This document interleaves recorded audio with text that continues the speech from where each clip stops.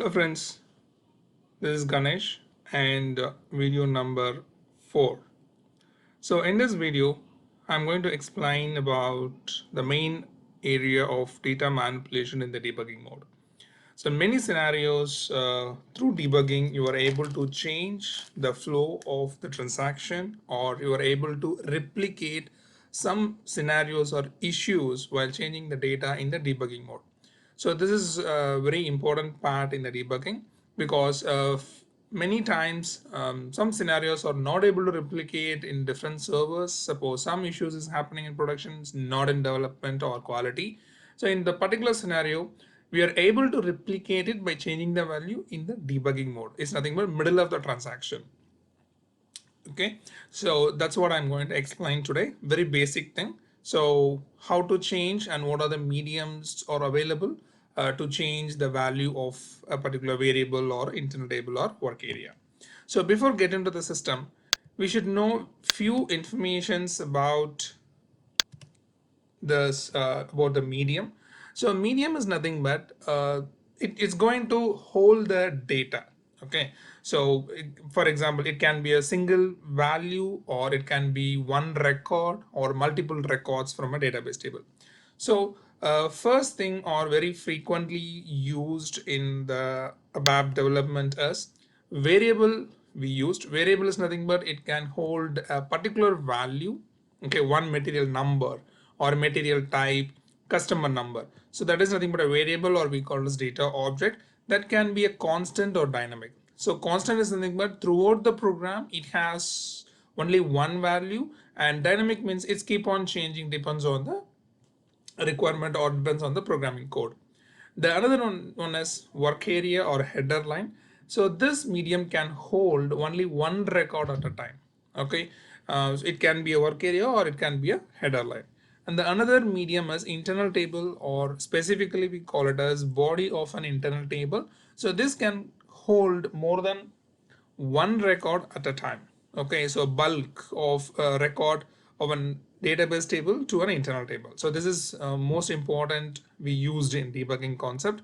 And field symbols is kind of another variable, but it's going to point the address of the variable. Okay, it's quite interesting. So this has some scope. And next one is actual and formal parameters. Normally we used in subroutines. So while calling a subroutine, I want to pass some value to the subroutine to perform some actions. So that is called actual, and whatever is receiving end means in the form and end form statement, that is called formal parameters. And import and export parameters that we used in the function modules. So these are the frequently used medium to hold the data. Okay, so while seeing the data, or while seeing in the debugging mode, while seeing any of the medium, we should understand whether it's a variable or a work area or internal table, and what is the scope of that particular variable. And the next one is, not all the medium can be changed in the debugging mode. For example, constant. So you are not able to change the constant value in the debugging mode because it's a constant. It should not change in the middle of the transactions. So that is one example. You're not able to change all medium in the debugging mode. And scope of the variable between the processing block. For example, field symbols. Until you are not assign the field symbol with any of the variable, we are not going to assign any values. So once it is not assigned, you are not able to change any values of the field symbols. And local variables. So local variables within the subroutines or within the function module. Once the control is coming out of the function module or the subroutine, the scope of the variable ends. So you are not able to use it. Means you are not able to change the value of the variable. Okay, and the same medium can be changed multiple places in the program. Suppose it can be happening in the standard or a very big custom program. So in the debugging, I'm changing the tax value in one place, for example line number 20, but after full execution it reflects in the previous value only. The reason behind us, it can be changed any number of places in the program. Okay, so that we have to monitor where and all the value of this particular variable is getting changed. So we need to identify the places the same medium is getting changed again and again through programmatically. And what type of objects are safe to change in the production environment.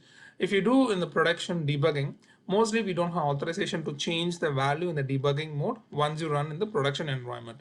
Suppose some cases we have an option you can change for a report. So for example, you are running a report and at the end of the report, the final output is just a report. It will display what are the contents or data of the output of the report. So in that case, you're able to change, no issues, it won't harm anything. But there is a transaction is running, for example, creating a sales order or changing a sales order. And in that case, if you're changing any value, once you do the full execution of the debugging mode, it will go and update the data in the production environment. So by mistake, if any value is updated in the database, they have to reverse it back or they have to change it. If it is a quantity and all, it's fine, you have to change it. Or sometimes it will create a wrong type of sales order, they have to reverse it. Okay, so that point we have to be very careful. What is the output of particular transaction or a report? Okay, if it is affecting the database, changing the value, you have to double think. If it is a report kind of thing, it's fine. In some scenarios, functional people say, yeah, we are good at, even if you change also, we are good, but we need to identify what is the issue. In that cases, you can change it. Okay, so before changing any value, get a confirmation from the corresponding function or business users whether this is okay. I can change the value in the production environment for this particular transaction.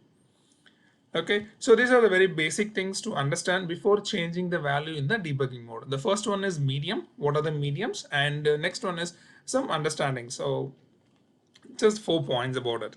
Okay, let me go into my system.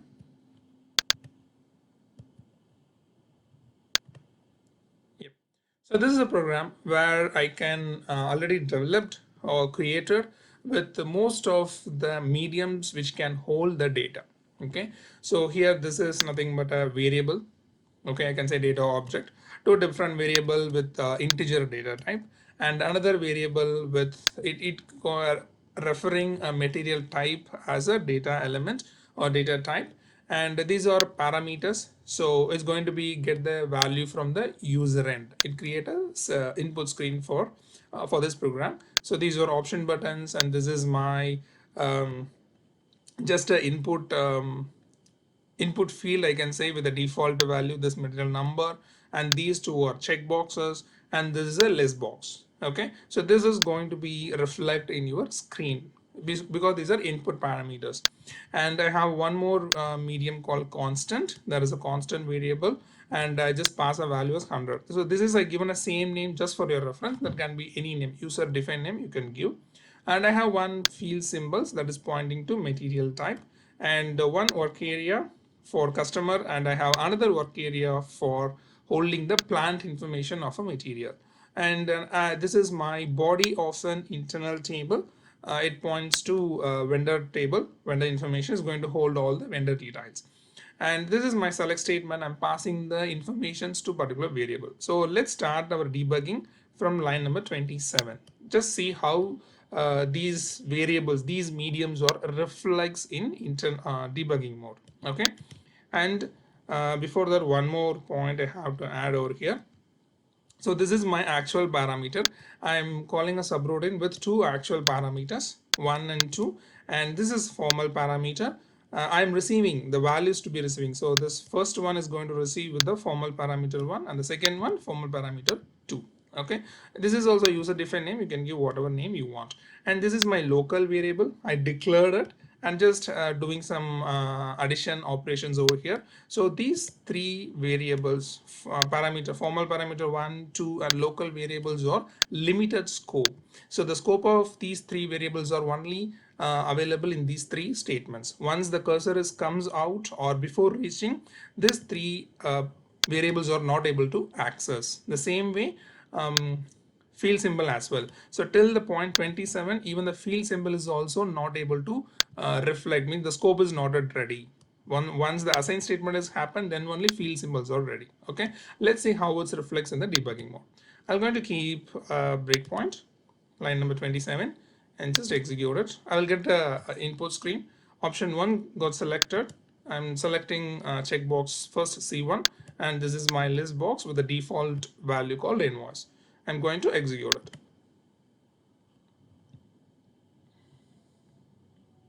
Yeah, so here I'm going to double click all the variables from my program. let me start from my first one. So this is my actual parameter, the values are not assigned, okay, and this is my another variable.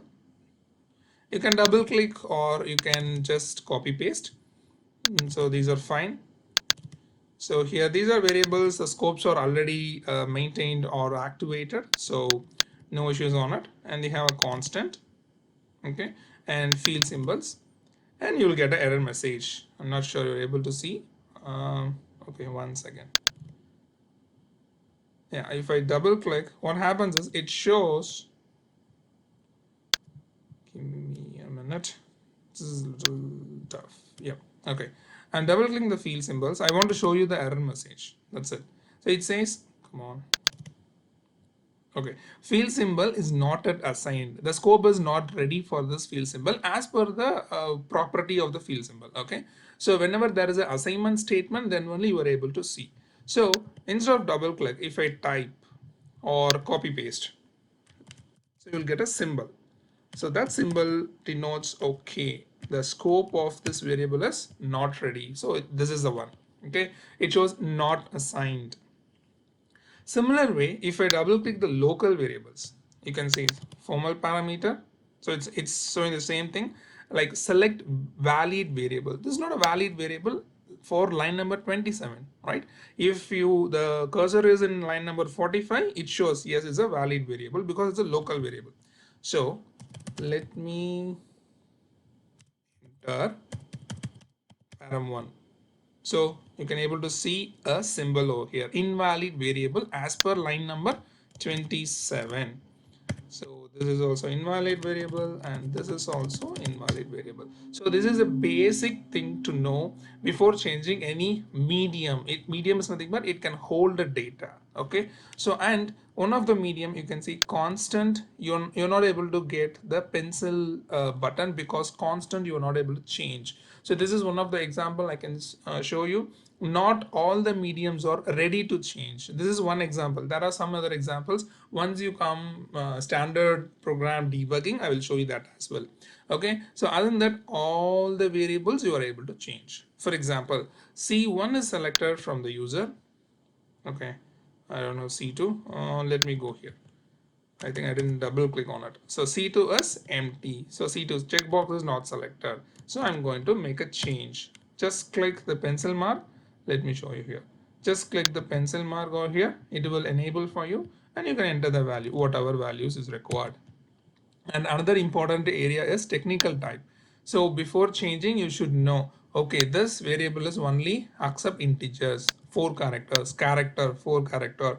This is character 18. Okay. Suppose I'm trying to enter a character over here and press enter. No, it's not able to change. Okay. Because it's an integer data type. Clear? And if it is a character 4, if you can enter more than 4, it just take only the 4 characters, first 4 characters. Okay, so very basic steps about the changing the value in the medium. So and another mediums are work area.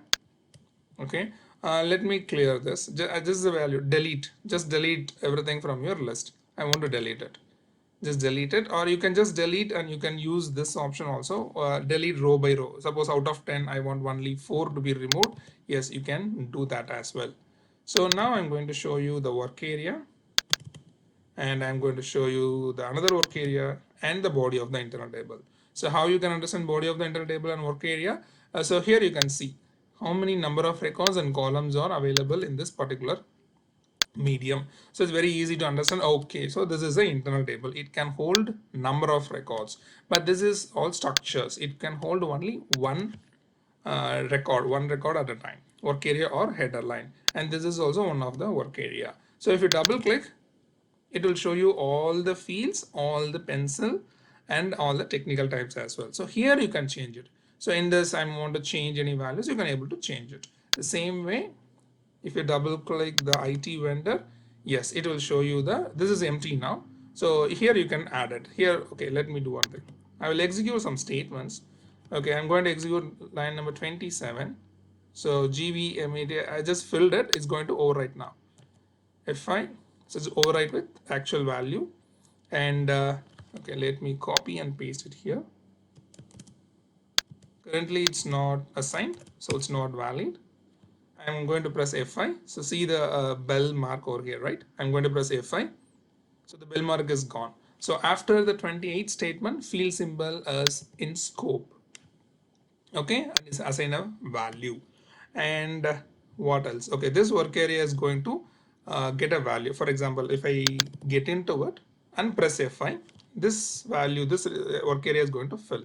So this is filled with some records. Now you are able to change it. Okay, I want to change so region. For some examples, I want to say some region. I'm not sure. Okay, oh sorry, it's BW. I can say RW, something. Okay, and one more thing, this is actually the value which you are giving in the debugging mode. It won't check your database whether this region is existing or not. Okay, you are in a debugging mode. Might be once it go to the transaction and the transaction has a validation after changing this, then yes, otherwise no. Okay, and n number of values you can change, and I need to execute this to get the value for this IT vendor. So IT vendor is now 0, and I'm going to press F5. You can see the 342 records available. So each record, if you want to change, just double click. You can change whatever you want. You can change over here. Okay. So here Mumbai, I'm going to change to Chennai. Okay. Anything if you want to change, you can change it. Okay. So address number, I want to change something else. 34. Yes. Wherever there is a pencil, yes, you are able to change it. Okay, and another point I already mentioned, you can change whatever you want. It won't check your database as well at the time of changing. For example, this is the same listener, right? So listener is normally in vendor master, it's a unique field. You are not able to add the same unique number, right? But here you are able to do it. Okay, so let me show you that one. So here what I'm going to do is I'm going to show you some tools how to change the values of your internal table. For example, I don't want this records. Okay, so select it, double click here, delete selected rows. It will ask the confirmation, yes, I want to delete it. It's got deleted. 4 records got deleted. And last video I showed you how I moved the value to the Excel and changed something in the Excel, then re-upload it in my debugging level. That I have showed you already. And here what I'm going to do is I'm going to add a new record. Okay, I have two options. Either you can include insert a record middle of any places. For example, I want to place line number 4, line number 10, line number 15. You can do it. Or you can say, no, I don't want to do that. I will add at the end of my data. So 338 records now because 4 we got deleted. 338, I'm going to add the new record in 339. That is also possible. So first I'm going to add a record in my fourth row number. So I'm going to use insert row. Just use insert row. So this is the index, which row you want to add out of 338, which place you want to add it, and use template is nothing but it's going to copy the content from row number 4. Suppose row number 10, row number 12, whatever it is. Okay, so I'm going to use that one, and it's going to add my new line in line number 4. So that's why I'm saying here you can add the same vendor name. I'm not going to change anything, just press enter. So these two are duplicates, right? It's like it's same because it's an internal table. It won't check now, but maybe after some program in the steps, there may be a check to identify there are some duplicates. If not, it won't. Okay, and this is very important while doing the data change in the production environment, mostly with the transactions. It's going to update the database. You should be very careful. So now what I'm going to do is let me add one more record, then do a change. Insert row, maybe I want to add in row number 16, copy row number 5. So it's added here. After 15 is added a new record. So you can change whatever values you want. It might exist or might not. Okay, you can add, press enter. Okay, and you can add an empty row as well. So that is very rare. We can add an empty row because we need to enter all the values. Yes, if you want to add an empty row, just take out this. Use template. No, don't use template. It's create a new record. I'm going to give 256. It's actually not correct, so it should be same. Okay, I don't want to change the client number here. So the idea is you can do whatever you want. You can play around, but make sure it's not in production. You can play around with your debugging level. Added it. Okay, now you can see a slightly increased. I think I have added 3 records, 41. And another option is I want to add the last, add a new record at the last. So it shows append. So append is nothing but it's going to add at the end after 341. So 342 record is going to add. Same option you have if you want to copy anything from the existing one. So let me add from row number 100. Enter. So it creates 342 over here. You can add whatever you want. Okay, and the same option you can do append without template. Yes, it's create an empty record at the end of your internal table. So it's created an empty record. 400 new entry. Okay, so just play around whatever you want in the internal table or other mediums like normal variable or field symbols. Okay, you can change as per your requirement. Okay, so far you're able to understand, and now I'm going to show you the scope of local and global variables. Whatever I have declared here in the main program are global variables, and these three are local variables. Let me have this over here. Formal parameter 1, formal parameter 2, and the final one is local variable. Enter. So it gives it's a invalid variable. So now if my cursor goes into line number 45, this symbol will go, and once I come out of the subroutine, again this symbol will come. Now what I'm going to do is, this is my subroutine line number 34 I'm calling. So I'm going to press F5, it will get into the subroutine. Once it gets in the subroutine, this symbol is gone and the values are getting assigned. Okay, again press F5, this local variable also getting assigned. So now I'm just out of the subroutine, not fully, means it's not control goes to the normal main program. So this is my main program. The control goes to next line of the subroutine, line number 36. Goes here. Again the symbol appears because the scope of the variable is end. Okay, so it's gone. Scope of the variable is gone. And the same way I can show you the formal and so okay, here it is import and export parameter for the function module. So p underscore mat is nothing but my parameter input variable. I assign a default value, default material. So if I get inside this function module, this scope of this two will gets end. Okay, so this value is transferred to the material, and this value is going to transfer from plan data to wa underscore plan data. I'm going to press F5.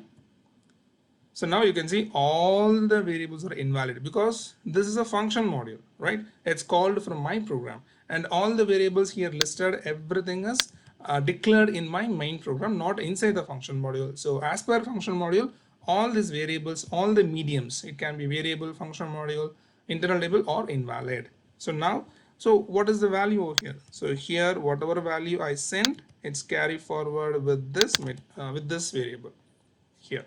So this is valid. Once I come out of the function module, this gets invalid, all other gets valid. Okay, let me come out of it. You know what is the shortcut for it? F7. F7 is just execute and come out of, go to the next line of your called program. F7. Now you can see, okay, these are local variables, so scope is not available, and this is actually a function module variable, so that is not valid in my program. So now you can see what is the value of my work area. Oh, over here, yes. So just double click, get into set, yes, okay, no record. Okay, sorry, unfortunately the material which I picked is not correct, so that is the reason there is no values comes over here. So this is a way you can do the data manipulations in the debugging mode. So hope this might be very useful for you. Just play around. If you have any doubts or queries, please let me know, write to my Gmail, so I'm happy to help. Thank you so much for your time. See you in the next video. Bye.